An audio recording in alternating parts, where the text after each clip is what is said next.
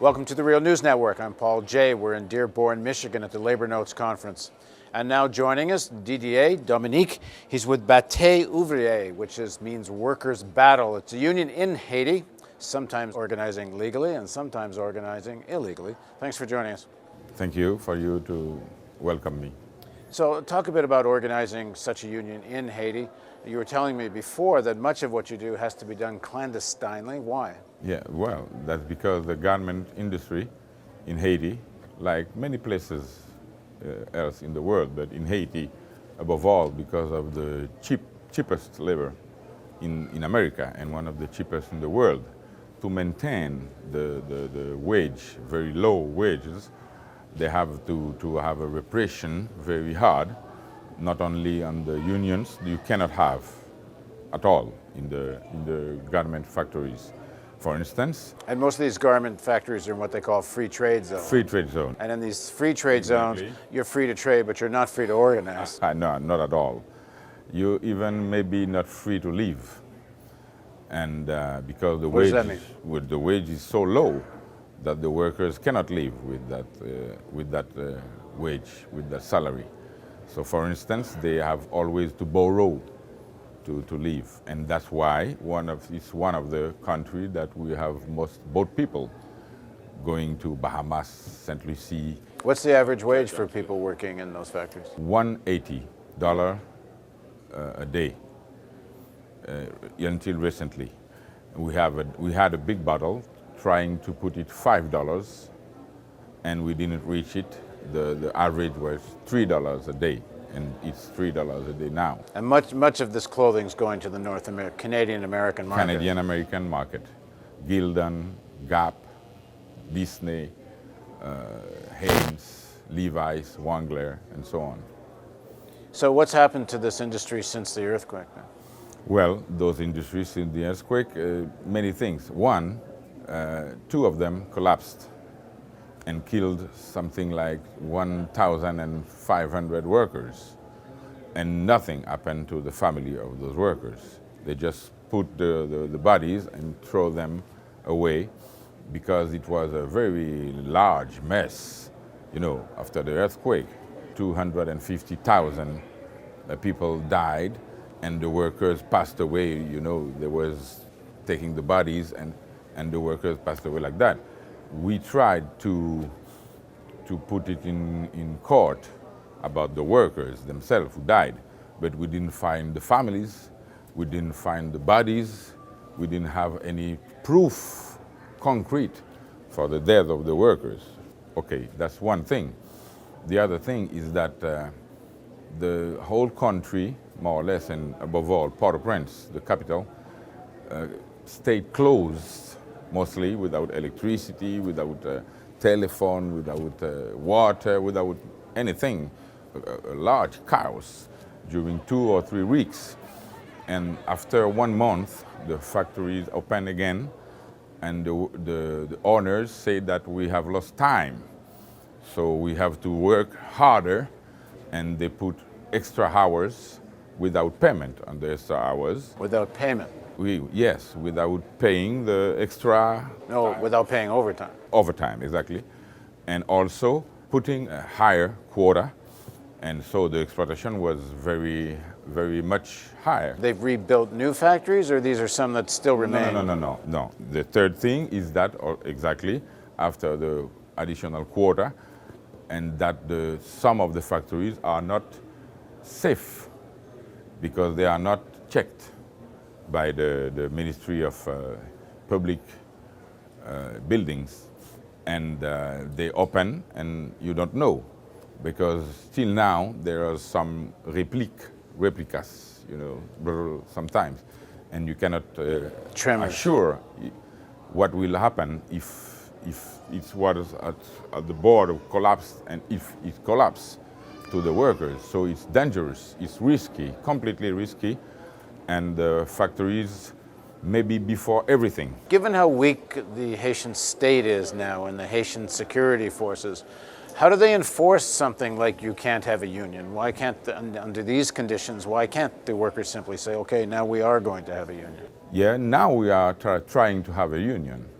union on the garment industry in collaboration, let's say, with some of the unions of the United States and also Brazil and also Latin America and also Europe. In fact, it's because the jobs coming to Haiti are from the United States, Brazil, and Europe. But what I'm getting at is to have a law against having a union, you have to have police, you have to have... law against the union. You don't? No. The laws say to the contrary, that the workers not only can have a union, but they say that the workers should have a union in the labor code, but in the constitution also. The unions are free and the states guarantee the life of... Well, you were saying in these free trade zones they can't have unions. No, but in fact, concrete fact now, you can have a union. Because in the labor code, there is one article, key article, saying that the owner can say that he doesn't want to work with somebody. And when he fired 300 people in a union, not 301, not 299, but 300 of the union, they say, no, I'm not dismissing a union people. I don't want to work with those people. And, you know, the state, the government, in the history of Haiti, in fact, little by little, after 206 and 3 years of independence, little by little, the class struggle, but also the occupation, the different occupation of US or France or Germany destroyed, in fact, the resistance of the people and destroyed also the capacity of the state. That's why, for instance, the state in Haiti is so lack of capacity. But if after the earthquake, if an owner wants to carry on that way, he still needs the power of a state and a police force to reinforce his rights as the owner. Of course. So to what extent is there an existing police force that can really play that role? And let me tie this to another issue. There's a lot of critique about the role of the American aid being militarized and the presence of US troops. Are they playing a role in terms of this domestic issues like this? Exactly. It's because if the state or the army or the police now, there is no army at all in Haiti, but the police cannot play this role. That's why came first the UN mission, MINUSTA, in 2004, and 6 years, 2010, of MINUSTA, and now the Marines of the United States are here precisely to assume the role of the police, to assume the role of the statu quo, to assume the role for the elite, stay elite, for the... So the Marines get help, in a sense, they're playing the backup role for the owner to be able to say, you 300 get out of here if you're organizing a union. Exactly, the statu quo, the disrespect, the non-respect of the law, and the total immunity that the capitalism had in Haiti now. So this situation is also at the same time, and even more after the earthquake, very explosive, very tense, very antagonic, let's say, in terms of class struggle. And the owners of the multinational know that. They tell that in such a way to the government, who send militaries and police people to control the situation.